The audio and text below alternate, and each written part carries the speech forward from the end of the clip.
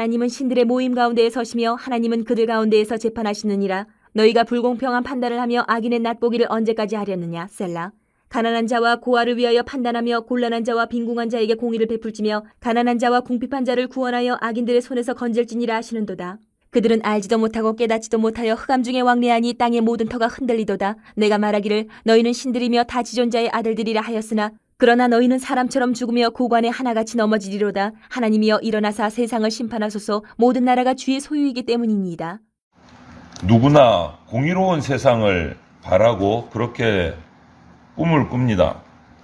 하지만 우리가 살아가는 세상은 꿈과는 다르게, 우리의 바람과는 다르게 공의롭지 못할 때가 많이 있습니다.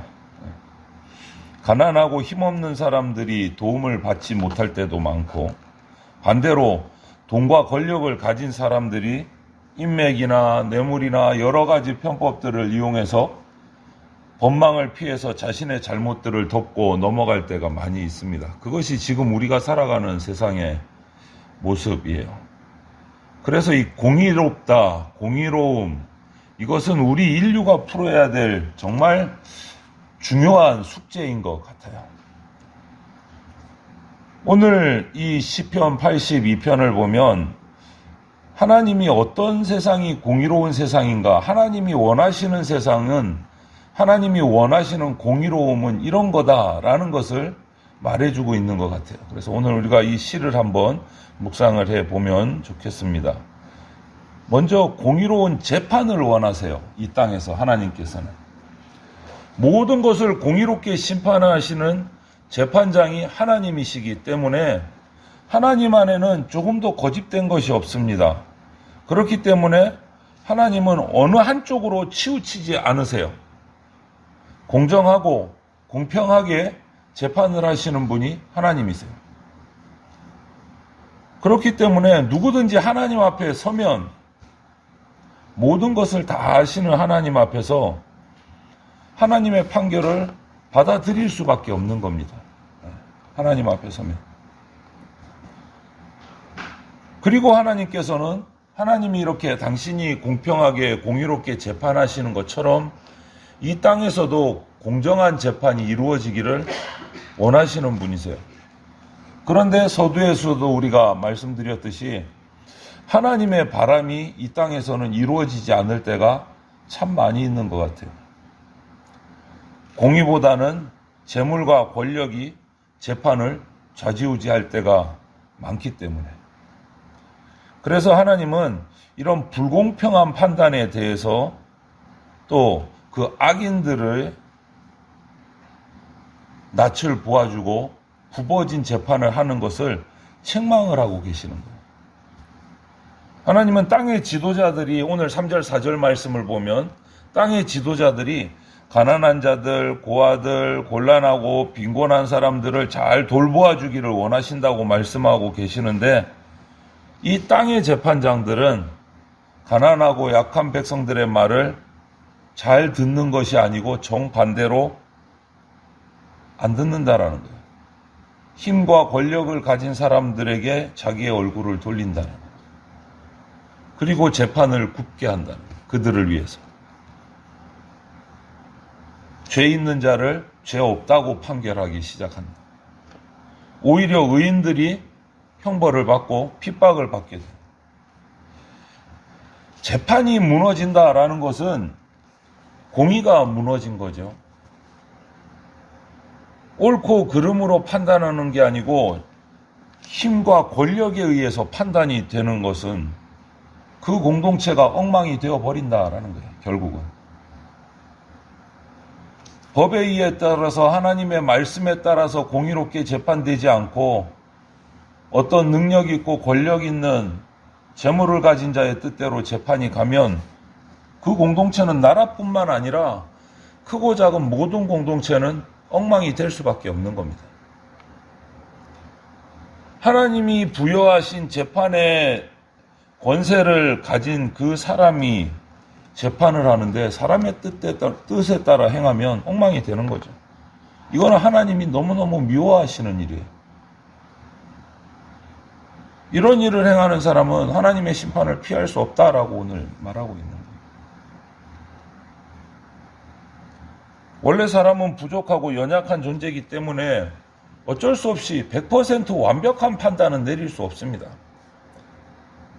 그럼에도 우리가 살아가는 이 세상에서 일어나는 일들에서 시시비비를 가리기 위해서 하나님은 특별한 사람을 세우셨어요. 하나님이 택한 사람을 세워서 그들에게 판단한 권세를 위임해 주셨습니다. 오늘 본문 말씀에 있는 것처럼 유다의 재판장들도 그런 권세를 가지고 있는 사람들 중에 한 사람들이었어요. 그들에게는 솔로몬의 지혜가 필요했어요. 솔로몬이 뭐라고 기도합니까? 왕이 되어서 하나님께 간구하잖아요. 지혜를. 하나님이 맡기신 하나님의 백성들을 잘 다스리고 판단할 수 있는 지혜를 구하잖아요. 판단하는 지혜, 이 말은 다른 말로 번역하면 듣는 마음으로 번역이 가능해요. 언어 성경을 보면 듣는 마음. 올바른 재판을 하기 위해서는 하나님의 음성을 들어야 되고 재판에 나온 사람들의 말을 주의 깊게 들어야 하기 때문에 이런 말을 쓰는 거예요. 판단하는 지혜, 듣는 마음이 필요하다는 거예요. 그런데 오늘 말씀을 보면 유다의 재판장들은 그 듣는 마음을 잃어버렸어요.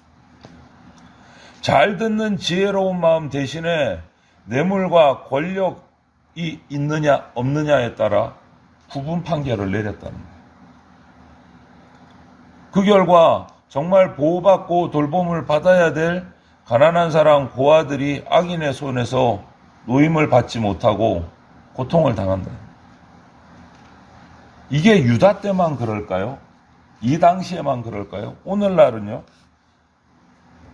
별반 다르지 않은 것 같다. 오늘날도.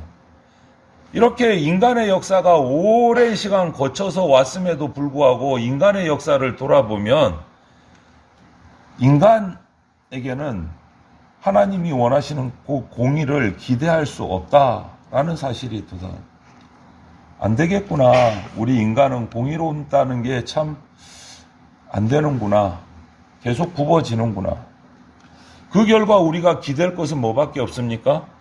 하나님의 공의밖에 없다라는 거예요. 이 땅의 소망은 하나님의 공의로우심밖에 없다.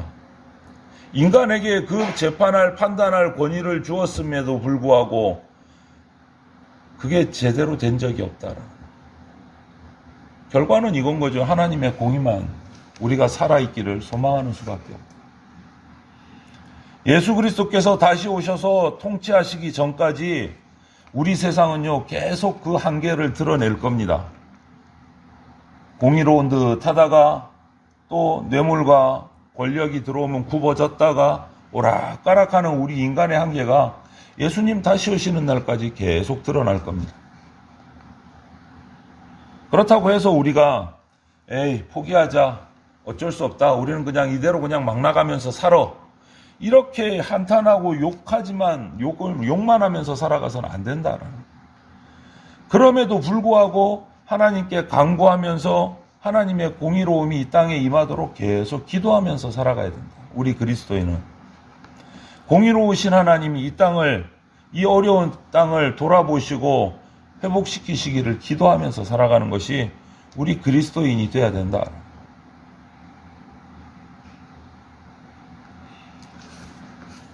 뉴욕 시장을 3번이나 연임을 한 사람이 있어요. 피오렐로 라 과르디아라는 이 사람이 있는데 철저한 하나님의 그리스도인이었습니다. 하나님을 믿는 자였어요. 이 사람은 시장을 지내기 전에 즉결심판 법정의 판사로 생활을 했습니다. 하루는 빵을 훔치다가 법정에 잡혀온 노인을, 즉결심판에 넘겨진 노인을 심판하게 됐어요. 물었습니다. 노인에게. 어르신 어쩌다가 이렇게 남의 빵을 훔치게 됐습니까?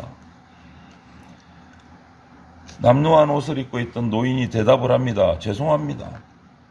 남의 것 손대는 거 잘못인 줄은 알고 있었는데 어린 손자들, 부모 없는 어린 손자들이 굶고 있어서 저도 모르게 그런 짓을 저질렀습니다. 이렇게 대답을 해요.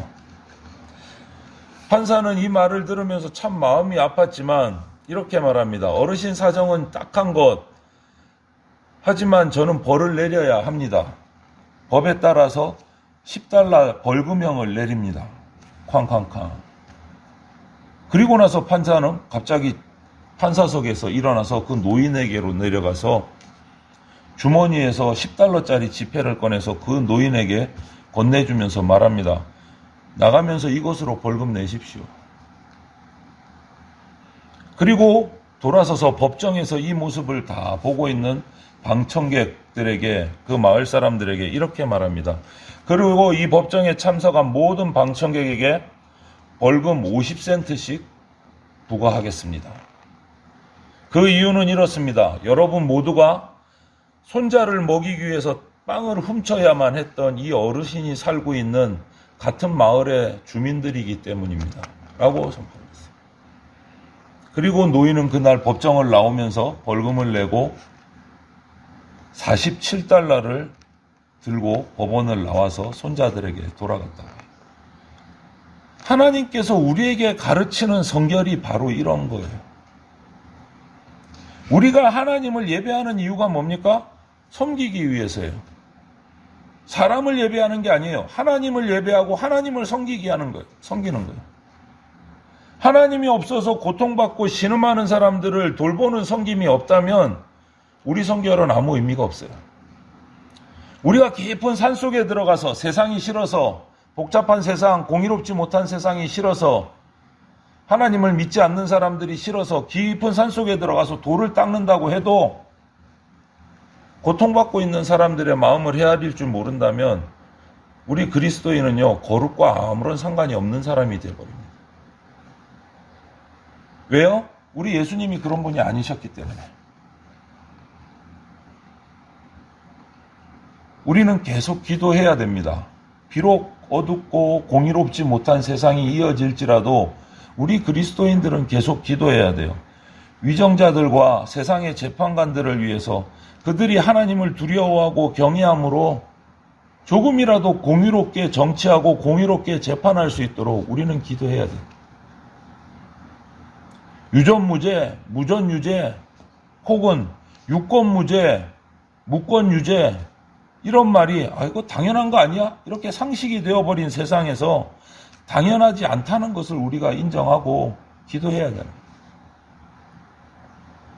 하나님의 공의만이 이 땅의 소망이다라는 것을 우리가 고백하면서 저와 여러분들이, 우리 그리스도인들이 앞장서서 공의롭게 살아가서 하나님이 원하시는 공의로운 나라를 만들어 갈 수 있도록 우리가 최선을 다하고 우리가 스스로 내 생활 가운데서 공의로움을 이룰 수 있도록 그런 세상을 우리가 살아가고 그런 삶을 우리가 살아가야 할 것입니다. 그래서 오늘 하루도 주님 앞에서 우리가 그렇게 나라와 민족을 위해서 기도하고 내 삶이 정의롭고 공의로운 삶이 될 수 있도록 기도하면서 살아가시기를 주님의 이름으로 축원을 드립니다. 아멘.